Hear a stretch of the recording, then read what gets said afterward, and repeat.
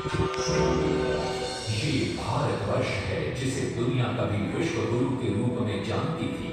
इसी भारतवर्ष का एक महत्वपूर्ण राज्य है ओडिशा। प्राचीन काल में ये कलिंग के नाम से विख्यात था। सूर्य की पहली किरण इसी प्रदेश के एक कोण पर पड़ती है। इसी स्थान पर कभी संसार का सबसे भव्य और विशाल सूर्य मंदिर बनवाया गया था। तुम कलिंग की पहचान हो, हे कोणार्क, इतिहास का स्वाभिमान हो, हे कोणार्क। कलाकृति के मुख्य द्वार तुम जग में, कला शास्त्र के दिव्य जगत पत्थर में, विश्व गुरु भारत के गौरव, आज दया के पात्र हो क्यों। कोणार्क कोणार्क कोणार्क कोणार्क। सैकड़ों साल पहले की बात है। पुरातात्विक दस्तावेज के तौर पर संग्रहित पुस्तक मादरा पांजी और बाया चकड़ा में उल्लेख है कि 13वीं सदी में गंग वंश के राजा लांगुला नरसिंहदेव ने इस सूर्य मंदिर का निर्माण करवाया था। नरसिंहदेव युद्ध में बड़े प्रवीण और शक्तिशाली थे और मात्र 18 साल की उम्र में वे अपने पिता राजा अनंग भीमदेव की विशाल सेना के प्रधान सेनापति नियुक्त कर दिए गए थे।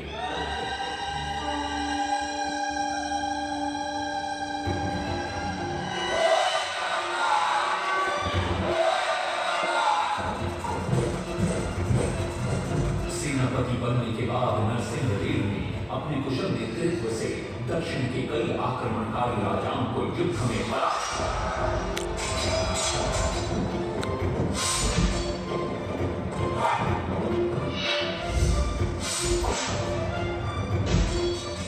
और उनके राजकोष पर कब्जा कर लिया।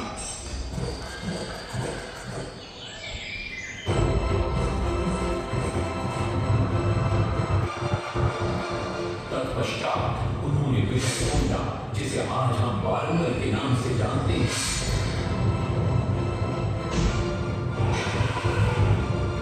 के काकतीय वंश के राजा गणपति को परास्त किया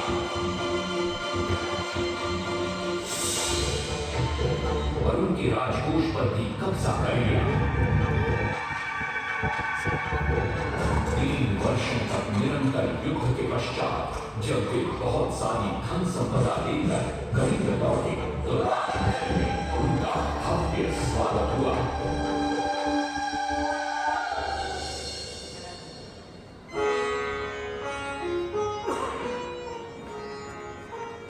राजमाता कस्तूरी देवी पुत्र नरसिंहदेव की वीरता से बहुत प्रसन्न हुई और पुत्र के सामने अपने मन की इच्छा प्रकट की। कहा, तुम्हारे पिता ने शंख क्षेत्र पुरी में भगवान जगन्नाथ का भव्य मंदिर बनवाया है। मैं चाहती हूँ कि तुम पद्म क्षेत्र कोणार्क में उससे भी भव्य और विशाल सूर्य मंदिर बनवाओ। किंतु नरसिंहदेव माता से प्रतिप्रश्न करते, सूर्य मंदिर ही क्यों, और वो भी कोणार्क में? तब राजमाता कस्तूरी देवी बतलाती, द्वापर युग में भगवान श्री कृष्ण के पुत्र सांब बड़े ही सुंदर और सुकुमार थे। वो नारद मुनि को चिढ़ाया करते थे। एक दिन नारद मुनि ने सांब को सबक सिखाने की योजना बनाई और उन्होंने सांब की सुंदरता की प्रशंसा कर उन्हें गोपियों के साथ जल क्रीड़ा करने को उकसाया। वहीं दूसरी तरफ भगवान श्री कृष्ण को जाकर कह दिया कि सांब अपनी मां समान गोपियों के साथ जल क्रीड़ा कर रहा है। श्री कृष्ण इस बात से बहुत क्रोधित हो जाते हैं और वे सांब को श्राप दे देते हैं, जिस सुंदरता का तुम्हें अभिमान है वो तत्क्षण नष्ट हो जाए। सांब को घोर हो जाता है। जब सांब राजमहल लौटते हैं और मां जांब देवी को ये पता चलता है कि पिता श्री कृष्ण के श्राप की वजह से सांब की ये अवस्था हुई, तो सारी रानियां क्रोधित हो जाती हैं। नारद जी को बुलाया जाता है। वे रोग मुक्ति का उपाय बतलाते हैं वे कहते हैं सूर्य की पहली किरण ऊर्ध्व देश के एक कोण पर पड़ती है जिसका नाम कोणार्क है। शाम को वहीं जाकर सूर्य की आराधना करनी होगी।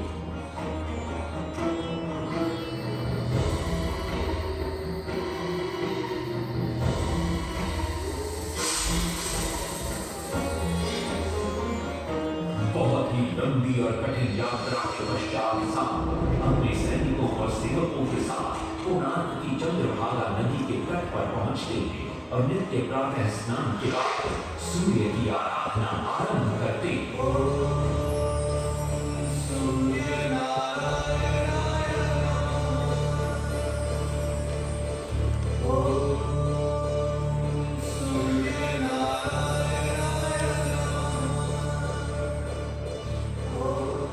अन्न जल त्याग कर 12 साल की कठिन तपस्या के बाद सूर्य देव प्रसन्न होकर प्रकट होते और शाम को रोग मुक्त होने का वरदान देते।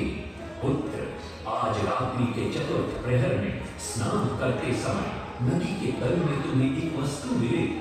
वो मेरा ही प्रतिरूप होगी। उसका स्पर्श पाते ही तुम इस कोढ़ रोग से मुक्त हो जाओगे। स्नान के पश्चात शाम जब नदी से बाहर आते हैं तो वो रोग मुक्त हो चुके होते हैं। उनके हाथ में एक छोटा सा पत्थर है। उनके सुंदर और सुकुमार शरीर को देखकर सारे अनुचर और सिपाही प्रसन्न होते हैं। शाम उस पत्थर को वहीं स्थापित कर एक छोटा सा मंदिर बनवाते हैं। लेकिन जब उन्हें ज्ञात होता है कि सूर्य पूजा का विधि विधान यहाँ किसी को पता नहीं है तो वे चिंतित हो जाते हैं। वे ध्यान में बैठते हैं। सूर्य देव पुनः प्रकट होते हैं और शाम के पूछने पर बतलाते हैं कि दूर पश्चिम में साक्य देश के मागा ब्राह्मण पूजा की विधि विधान जानते हैं। शाम साक्य देश की ओर निकल पड़ते हैं जो आज का ईरान है। महीनों की लंबी यात्रा के बाद शाम 18 मागा ब्राह्मण परिवारों को साथ लेकर कोणार्क लौटते हैं और सूर्य मंदिर में पूजा शुरू हो जाती है। राजमाता कस्तूरी देवी नरसिंह देव को बतलाती है कि विवाह के कई वर्षों बाद तक जब हम निसंतान थे मैंने भी उस सूर्य मंदिर में पूजा अर्चना की और तुम पुत्र रूप में मुझे प्राप्त हुए। माता की बात सुनकर नरसिंह देव मां को कोणार्क में संसार का सबसे भव्य और विशाल मंदिर बनाने का वचन देते। सदाशिव सामंतराय महापात्र जो शिवई सांतरा के नाम से लोकप्रिय थे, वे अपने सहयोगी बीसू महाराणा के साथ मंदिर का प्रतिरूप बनाते हैं और नरसिंह देव के समक्ष प्रस्तुत करते हैं। नरसिंह देव मंदिर का प्रतिरूप देखकर अभिभूत हो जाते हैं और शीघ्र मंदिर निर्माण कार्य आरंभ करने का आदेश देते हैं। दूर से बड़े-बड़े पत्थर लाए गए, जितने पत्थर डाले गए सारे टूट गए। आग में डाला, उसमें डाले गए, नहीं बचा ताला, सारे टूट गए। सिर्फ शांत ना हुए परेशान, किसी विधि मंदिर बने। सिर्फ शांत ना हुए परेशान, किसी विधि मंदिर बने। एक दिन वे चिंतामग्न कोणार्क लौट रहे थे, तभी उन्हें प्यास महसूस हुई। उन्हें पास ही में एक कुटिया दिखाई पड़ती है जहाँ एक बूढ़ी औरत से उनकी भेंट होती है। शिवई सांतरा पानी मांगते हैं। बूढ़ी औरत पानी के साथ गरम गरम भोजन भी लेकर आती है। वे थाली के बीच में हाथ डालते हैं जिससे उनका हाथ जल जाता है। तब वो बूढ़ी औरत मुस्कुराकर कहती है, तुम तो शिवई सांतरा की तरह बीच से भोजन उठाकर खा रहे हो। ये सुनकर शिवई सांतरा को अपनी भूल का एहसास होता है। माता रामचंद्री ने उपाय सुझाया, समझे शिव सांतरा।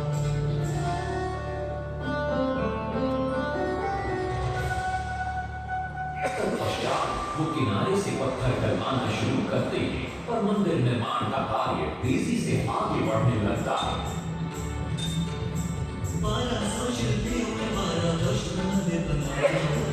घोड़े साथ सजाकर रथ में समय का चक्र बनाया।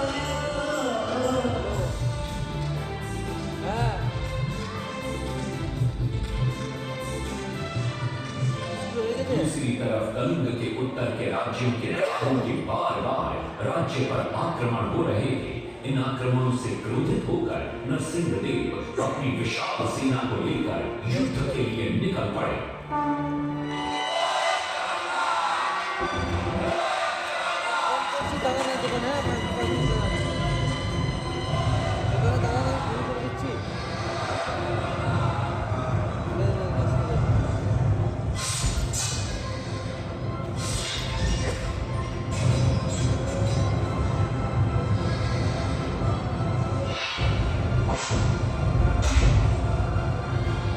शक्तिशाली दौड़ बंग के नवाबों को भी युद्ध में परास्त कर दिया और उनसे प्राप्त सारा धन अपने कब्जे में लेकर सूर्य मंदिर के निर्माण कार्य में लगा दिया। 1200 कारीगरों के अथक प्रयास से 12 साल बाद विशाल और भव्य सूर्य मंदिर बनकर तैयार हुआ।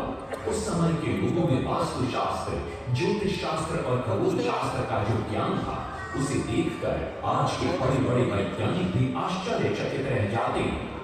कई प्रयासों के बाद भी मंदिर के गुंबद पर कलश स्थापित नहीं हो पा रहा था। क्रोधित नरसिंहदेव ने आदेश दिया कि कल प्रातः काल तक यदि कलश स्थापित नहीं हुआ तो सबके सर धड़ से अलग कर दिए जाएंगे। सभी शिल्पकार घोर चिंता में डूब जाते हैं।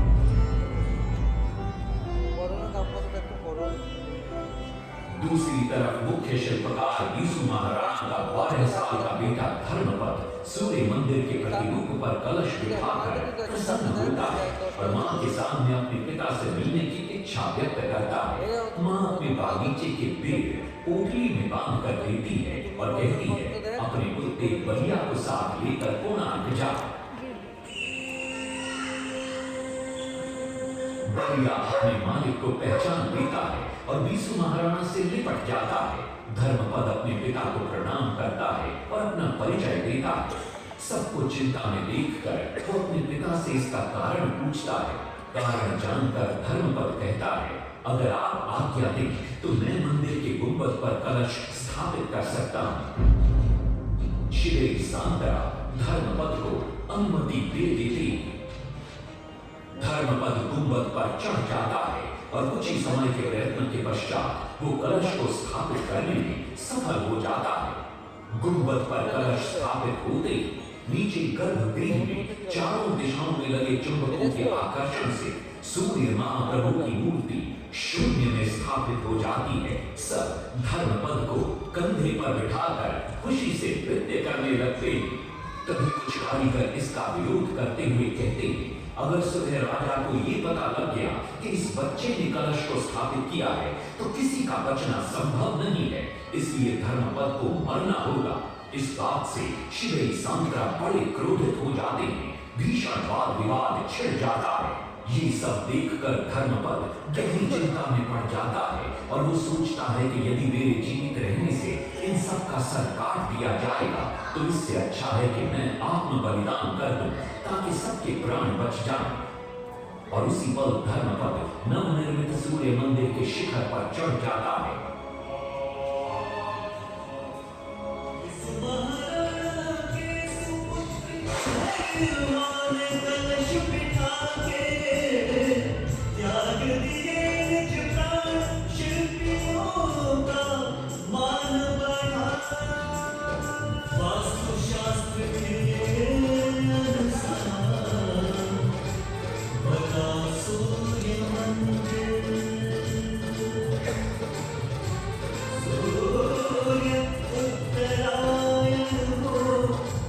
या दक्षिणा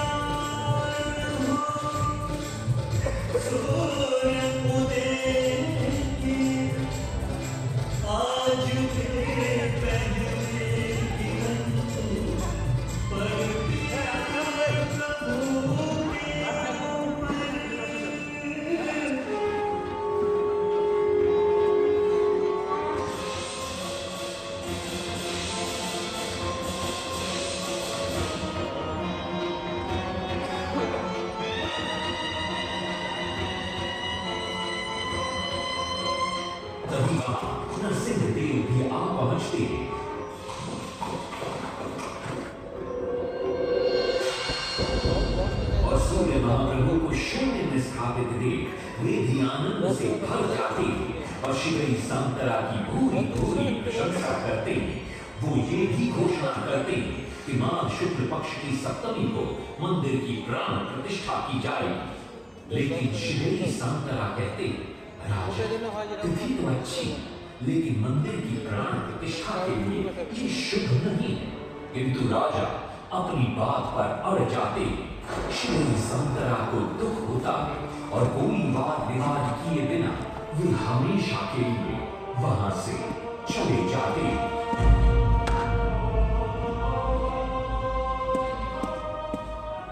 पूर्व निर्धारित तिथि पर मंदिर की प्राण प्रतिष्ठा संपन्न होती है।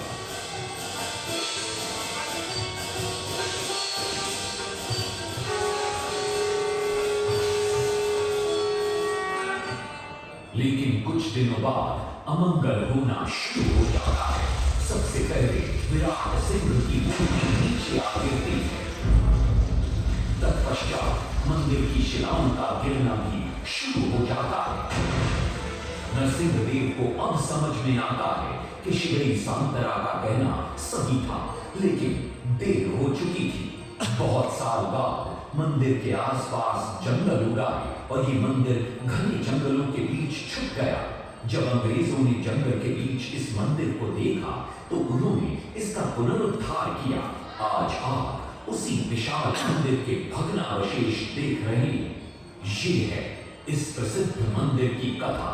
अब इस कथा में कितनी सत्यता है और कितनी कल्पना है ये तो किसी को नहीं मालूम, लेकिन ओडिशा की जनश्रुतियों में यही कथा विद्यमान है। तुम करेंगे कि